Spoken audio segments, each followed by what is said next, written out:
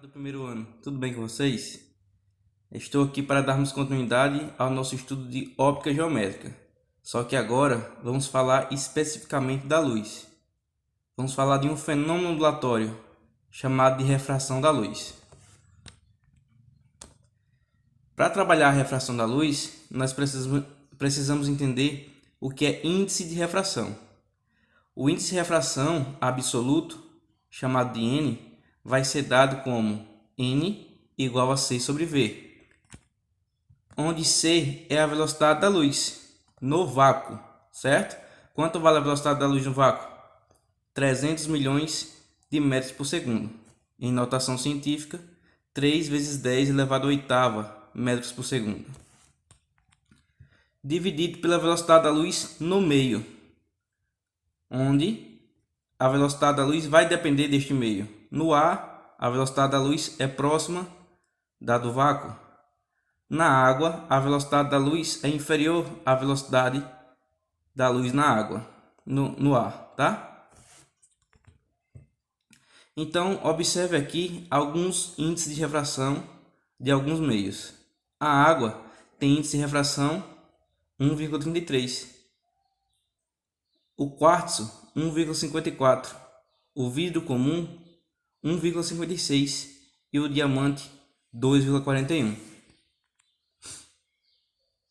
Veja só, alguns comprimentos de onda podem variar o seu índice de refração.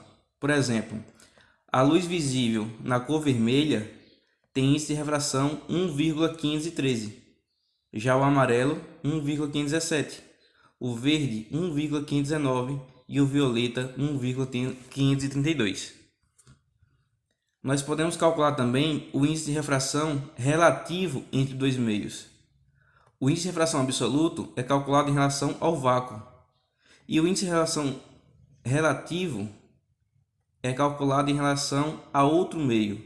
Por exemplo, qual o índice de refração relativo entre a água e o quartzo? Entre o vidro e o ar, certo? Então, onde o N2 é o índice de refração absoluto no meio 2 e o N1 é o índice de refração absoluto no meio 1. O índice de refração absoluto do vidro para diferentes cores na luz visível pode variar também, tá?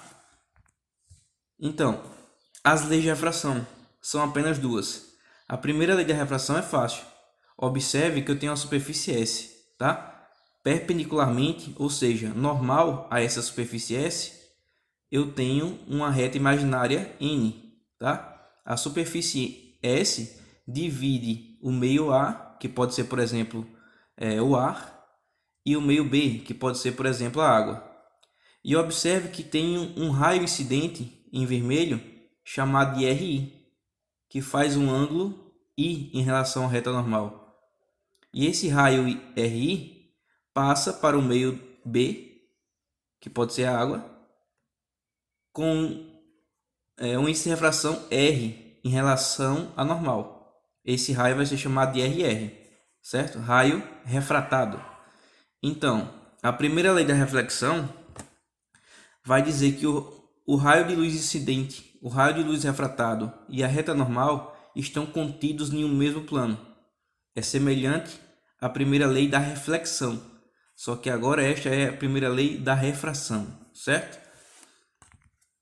A segunda lei da refração é conhecida como lei de Snell-Descartes.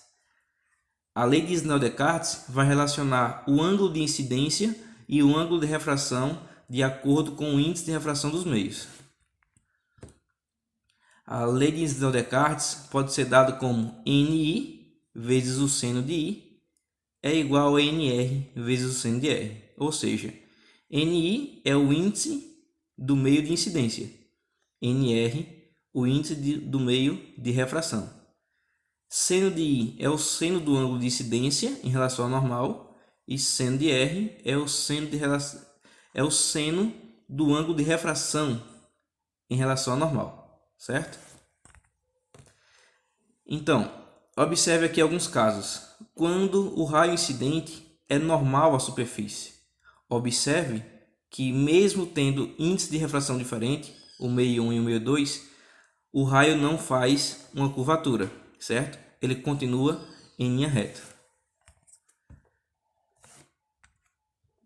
Quando a luz passa de um meio de menor refringência, né, que é o valor de n menor, para o meio de maior refringência, que é o valor do n maior, nós temos uma inclinação voltada à reta normal. Ou seja, o raio incidente incide com um ângulo x e o raio refratado se aproxima da normal. Ou seja, o ângulo de refração vai ser menor que o ângulo de incidência.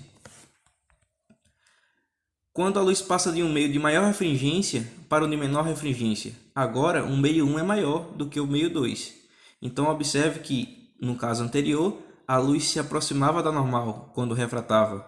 Agora, como o meio 1 é maior refringente que o meio 2, a luz vai se afastar da normal. Então veja que é o caso oposto do caso anterior. No caso anterior, aproximava da normal o raio refratado, e agora o raio refratado se afasta da normal. A imagem aparente de óbito plano, certo? Nós vamos falar de lâminas de faces. Observe aqui que essa lâmina pode ser, por exemplo, um vidro, certo? Onde a luz incide, atravessa o vidro de espessura E e refrata novamente ao meio de origem, né? Observe que esse quadriculado roxo pode ser o A e esse retângulo azul pode ser o vidro. Então a luz vai atravessar e vai sair na mesma direção, só que com desvio D, certo? Vejamos aqui na figura. D é o deslocamento lateral sofrido pelo raio luminoso, ou seja, ele vinha em uma direção e ao atravessar essa lâmina de faces paralelas, ele vai ocorrer um deslocamento lateral, certo? E é a espessura da lâmina e x é a distância percorrida pelo raio luminoso no interior da lâmina, ok? Então nós podemos encontrar esse desvio lateral pela equação que diz o seguinte: o desvio lateral ou deslocamento lateral D é igual a E, que é a espessura, vezes o seno de I menos R. Quem é I menos R? I, o ângulo de incidência, certo? Na primeira reta normal, N1, e R, o ângulo de refração, certo? Também na primeira reta normal, N1, dividido pelo cosseno de R, que é o cosseno do ângulo refratado.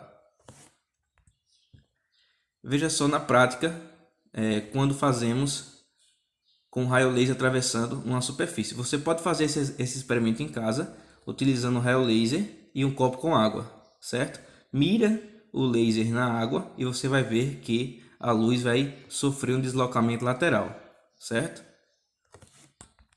Então, como exercício, eu quero que vocês resolvam praticando das páginas 410 e 411 e vocês vão resolver no livro. Da mesma forma da atividade anterior, vocês vão fotografar com o aplicativo de scanner, né, que é para salvar em PDF, e me enviar até sexta-feira, dia 24/4. Então, galera, é basicamente isso. Valeu, falou e fui!